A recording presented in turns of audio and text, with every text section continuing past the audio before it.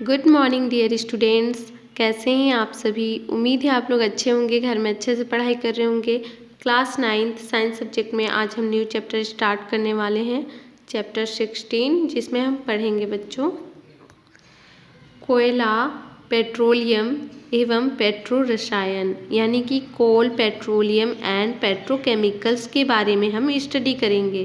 तो आइए देखते हैं बच्चों, विभिन्न कार्यों को करने के लिए हमें ऊर्जा की आवश्यकता होती है। ऊर्जा हमें विभिन्न स्रोतों से प्राप्त होती है।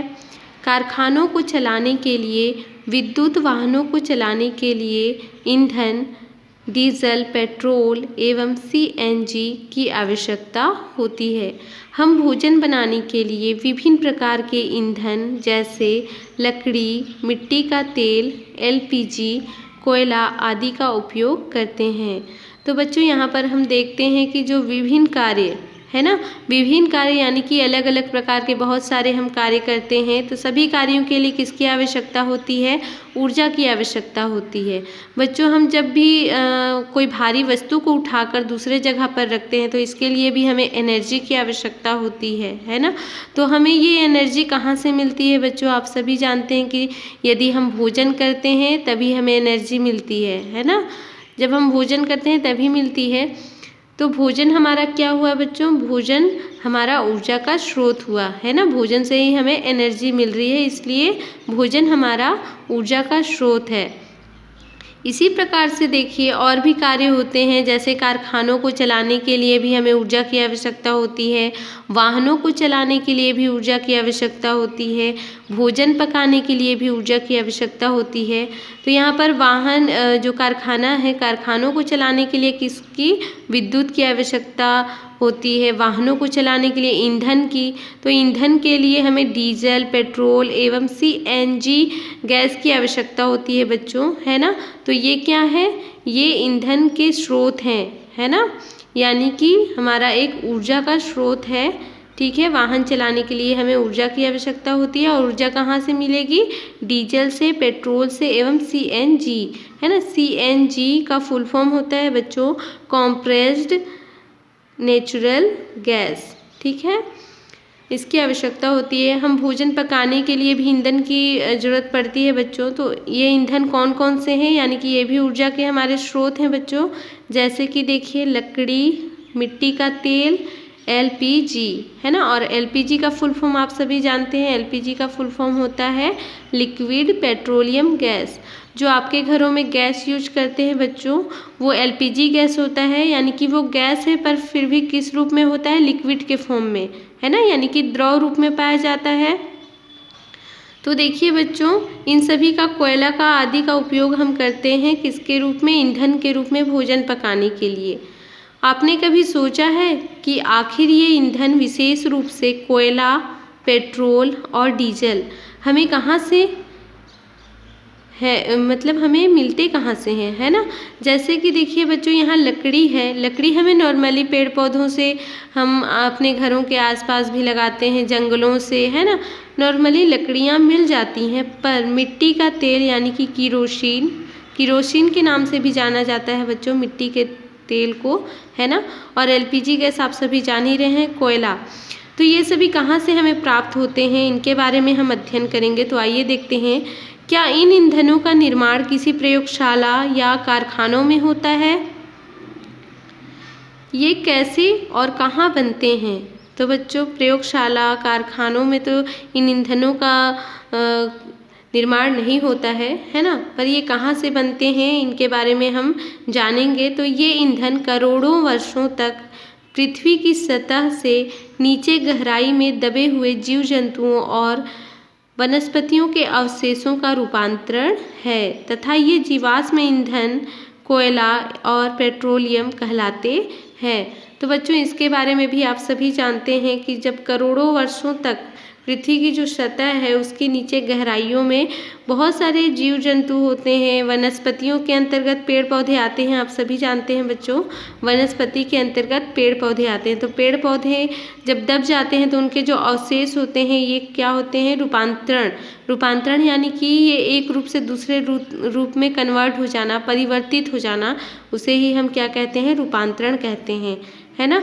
और जीव जंतु भी दब जाते हैं पृथ्वी के अंदर, जो उनके अवशेष होते हैं, जीव जंतु जब डेथ करते हैं तो उनके अवशेष करोड़ों वर्षों के बाद क्या हो जाते हैं, वो कन्वर्ट हो जाते हैं, रूपांतरण हो जाते हैं।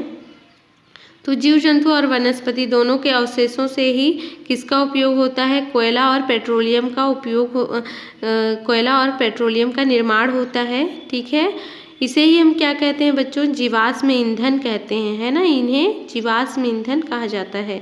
तो आइए देखते हैं 16.1 कोयला और पेट्रोलियम की उत्पत्ति, है ना। Origin of coal and petroleum. लगभग 36 से 28 करोड़ वर्ष पूर्व कार्बोनिफेरस काल में वनस्पतियों, पेड़ पौधों एवं जंतुओं के मृत शरीर पृथ्वी के भीतर दब गए, है ना। लगभग कितने करोड़ों वर्ष पूर्व बच्चों, 36 से 28 करोड़ वर्ष पूर्व, है ना। कहाँ पर, कार्बोनिफेरस काल में। कौन से काल में, कौन से समय में, कार्बोनिफेरस काल में वनस्पतियों, यानी कि वनस्पतियों के अंतर्गत कौन आते हैं, पेड़ पौधे, है ना। तो पेड़ पौधों एवं जंतुओं के मृत शरीर, जब जंतु मर जाते हैं तो उनके जो मृत शरीर होते हैं, डेथ बॉडी होता है बच्चों, तो पृथ्वी के भीतर क्या होते हैं, ये दब जाते हैं। और बहुत 36 से 28 करोड़ वर्ष के वर्ष पूर्व जब ये दब गए थे, तो देखिए धीरे धीरे उन पर मिट्टी की परतें जमती गईं, है ना। और भूगर्भ में उच्च ताप एवं दाब पर ऑक्सीजन की अनुपस्थिति में ये मृत शरीर कोयले में बदल गए, है ना। किस में बदल गए, कोयले में बदल गए।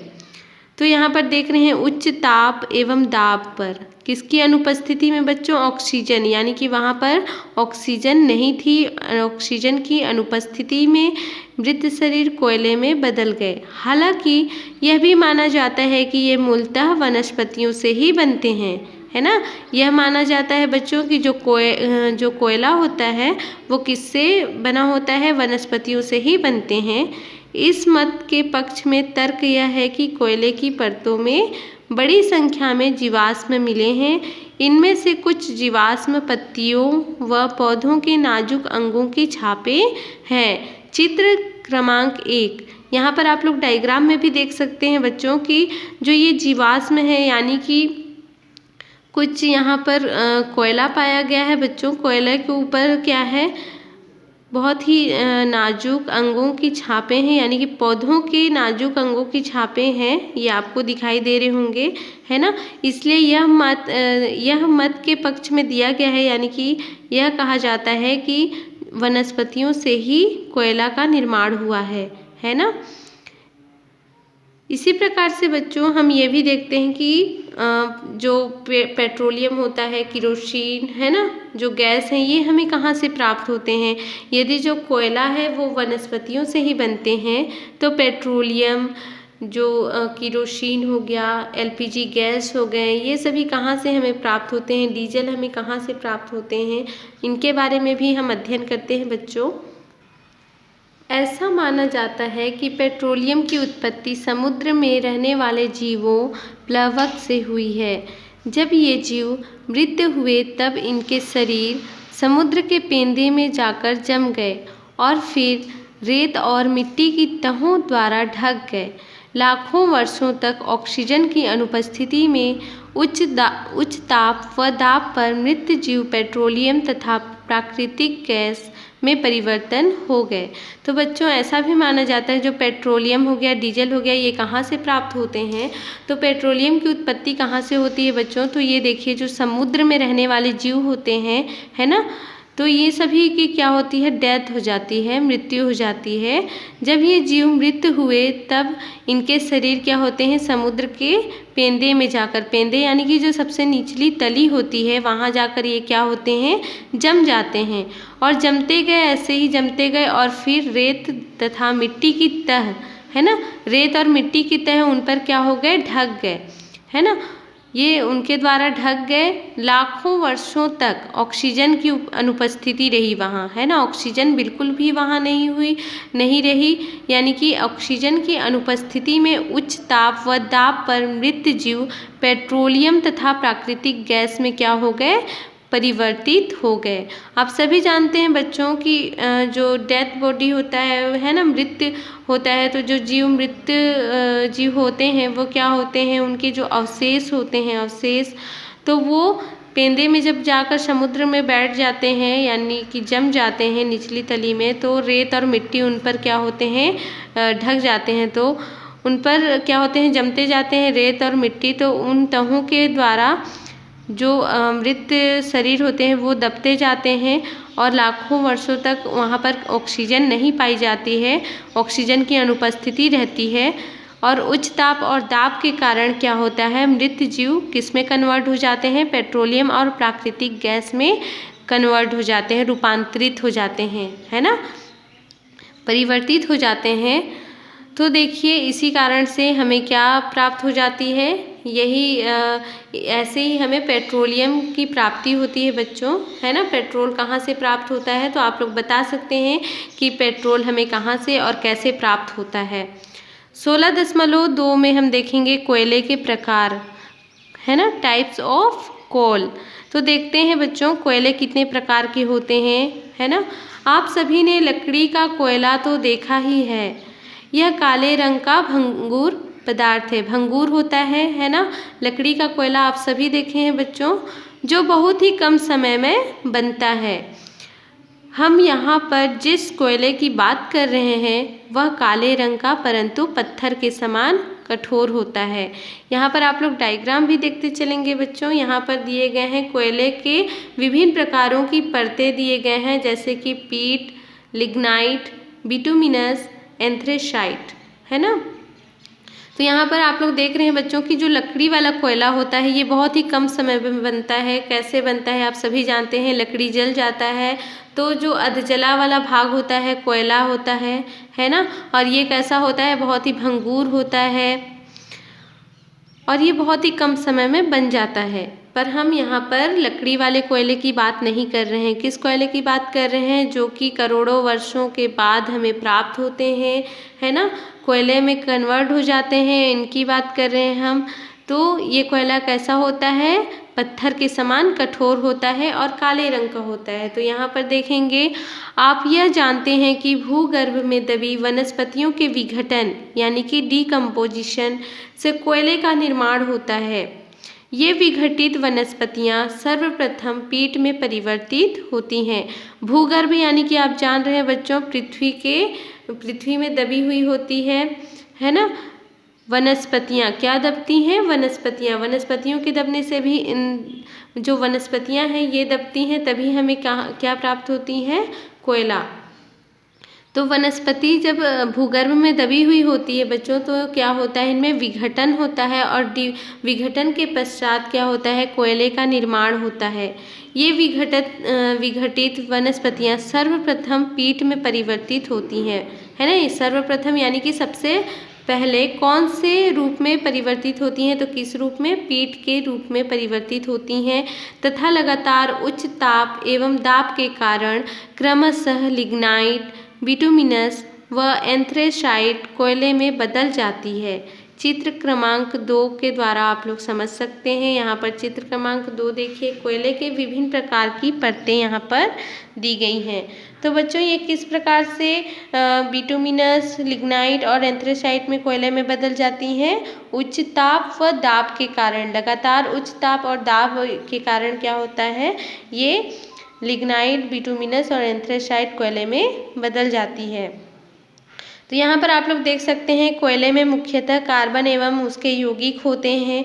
कार्बन की प्रतिशत मात्रा के आधार पर कोयले को निम्नलिखित वर्गों में बांटा गया है ना। तो कौन कौन से वर्गों में बांटा गया है, क्योंकि कार्बन कितनी मात्रा में कार्बन पाई जाती है बच्चों कोयले में, उसके आधार पर यहाँ पर वर्गों में बांट दिया गया है ना।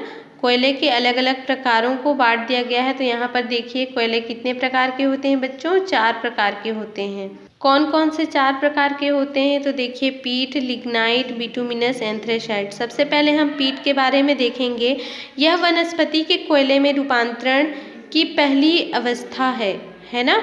यह वनस्पति यानी कि पेड़ पौधों के कोयले में रूपांतरण, जब ये वनस्पति कोयले के रूप में रूपांतरित होती हैं तो सबसे पहली अवस्था है पीट, है ना। इसमें लगभग 25 से 35% कार्बन होता है, 25 से 35% कार्बन होता है। इसका उपयोग अधिकतर ईंधन के रूप में किया जाता है। ईंधन के रूप में यानी कि हम भोजन पकाने के लिए हमें ईंधन की आवश्यकता होती है, तो हम कोयले के द्वारा हम भोजन पकाते हैं, है ना। कोयला से हमारा जो ईंधन है ये हम अपने ईंधन के रूप में कोयले का यूज करते हैं। तो कौन से कोयले का यूज करते हैं बच्चों? पीट, है ना। अब देखेंगे लिग्नाइट। यह कोयला भूरा कोयला के नाम से भी जाना जाता है ना। किस नाम से जाना जाता है? भूरा कोयला के नाम से जाना जाता है। इसमें लगभग 35 से 45% यानी कि 35 से 45% तक कार्बन होता है। इसका उपयोग विद्युत उत्पादन में किया जाता है। तो यहाँ पर आप लोग देख सकते हैं बच्चों की पीट में कितना है, 25 से 35 है, और इससे अधिक लिग्नाइट में कार्बन की मात्रा पाई जा रही है 35 से 45% तक, है ना। तो इसका उपयोग किसके लिए किया जाता है बच्चों? इसका उपयोग ईंधन के लिए नहीं, विद्युत उत्पादन में किया जाता है, ठीक है। अब देखेंगे बिटुमिनस के बारे में। यह प्रकृति में सबसे अधिक मात्रा में पाए जाने वाला तथा सर्वाधिक उपयोग में आने वाला कोयला है ना। जो बिटुमिनस होता है ये प्रकृति में सबसे अधिक मात्रा में पाया जाता है बच्चों, और इसका उपयोग बहुत ही अधिक मात्रा में किया जाता है। इसमें कार्बन लगभग 45 से 85% तक होता है, 45 से 85% तक होता है। इसका उपयोग मुख्यतः तापीय और सीमेंट संयंत्रों में, पेपर कारखानों में, ऑटोमोबाइल एवं वस्त्र उद्योगों में किया जाता है। तो बच्चों देख सकते हैं कहाँ पर इसका उपयोग हो रहा है, क्योंकि सर्वाधिक उपयोग होता है बच्चों बिटुमिनस कोयले का, तो इसका उपयोग सीमेंट संयंत्रों में किया जाता है ना। पेपर कारखानों में भी इसका उपयोग किया जाता है, ऑटोमोबाइल में भी किया जाता है ना, और वस्त्र उद्योग होते हैं उनमें किया जाता है बिटुमिनस कोयले का उपयोग। इसका उपयोग इस्पात संयंत्रों में कोक के रूप में भी किया जाता है। इस कोयले में सल्फर की मात्रा सबसे अधिक पाई जाती है। अब हम देखते हैं बच्चों फोर्थ में एंथ्रासाइट, है ना कोयला। इसे कठोर कोयला भी कहते हैं। यह एक उत्तम श्रेणी का कोयला है ना। उत्तम श्रेणी यानी कि बहुत ही अच्छा किस्म का कोयला है बच्चों, और यह बहुत ही कठोर होता है। इसमें कार्बन 85% से अधिक होता है। अधिक कार्बन प्रतिशत के कारण यह अधिक समय तक जलता है। इससे धुआं और राख कम उत्पन्न होने के कारण इसका उपयोग घरेलू ईंधन के रूप में किया जाता है। तो जो एंथ्रासाइट कोयला होता है बच्चों ये सबसे अच्छा कोयला होता है, यानी कि बहुत ही उत्तम श्रेणी का कोयला है। इसमें 85% क्या पाया जाता है? कोयला पाया जाता है। तो बच्चों यहाँ पर हम देखते हैं कि एंथ्रासाइट सबसे अच्छा कोयला है, इसलिए इसका उपयोग घरेलू ईंधन के रूप में भी किया जाता है, क्योंकि ये क्या करते हैं, राख बहुत कम उत्पन्न करते हैं, है ना, और धुआं इससे बहुत कम उत्पन्न होता है, राख भी बहुत कम निकलता है, और ये अधिक समय तक जलता है। इसलिए इसका उपयोग हम ईंधन के रूप में करते हैं इस कोयले का। उपयुक्त प्रकारों में हमने देखा कि कोयले के विभिन्न रूपों में कार्बन की प्रतिशत मात्रा क्रमशः बढ़ती जाती है ना। यदि हम उपयुक्त प्रकारों में हम देखेंगे बच्चों, तो हम देखें कि पीट, लिग्नाइट, बिटुमिनस और एंथ्रासाइट। पीट का सबसे कम था, जो कार्बन की प्रतिशत मात्रा थी वो सबसे कम थी, फिर लिग्नाइट की उससे अधिक बढ़ गई, फिर बिटुमिनस की लिग्नाइट से भी अधिक बढ़ गई, और फिर बिटुमिनस से भी एंथ्रासाइट और अधिक प्रतिशत मात्रा बढ़ जाती है। तो हम क्रमशः बढ़ती क्रम में ही देखें बच्चों। इससे ऐसा लगता है कि कोयले में सिर्फ कार्बन है, परंतु ऐसा नहीं है। कोयले में कार्बन के साथ हाइड्रोजन, ऑक्सीजन, नाइट्रोजन, सल्फर, आर्द्रता यानी कि नमी आदि भी पाए जाते हैं। कोयले के इन प्रकारों की समान मात्रा को जलाने पर ऊष्मा की मात्रा यानी कि ऊष्मीय क्षमता के आधार पर व्यापारिक उपयोग की दृष्टि से इनकी ग्रेडिंग की जाती है। तो इनकी ग्रेडिंग की जाती है बच्चों। ग्रेडिंग में हम देखते हैं कि कोयले के जो ग्रेड हैं वो किस रूप में यहाँ पर सारणी के रूप में दर्शाया गया है। इसके जो ग्रेड हैं बच्चों, कोयले के ग्रेड, इसके बारे में हम नेक्स्ट वीडियो में स्टडी करते हैं। बच्चों यहाँ पर कुछ क्वेश्चन दिए गए हैं जिसके आंसर आपको देने हैं। ये आप लोगों का होमवर्क है। जीवाश्म ईंधन किसे कहते हैं, कोयला कैसे बनता है और किस प्रकार के कोयले में सल्फर की मात्रा सर्वाधिक पाई जाती है। ठीक है बच्चों, बाय बाय, टेक केयर।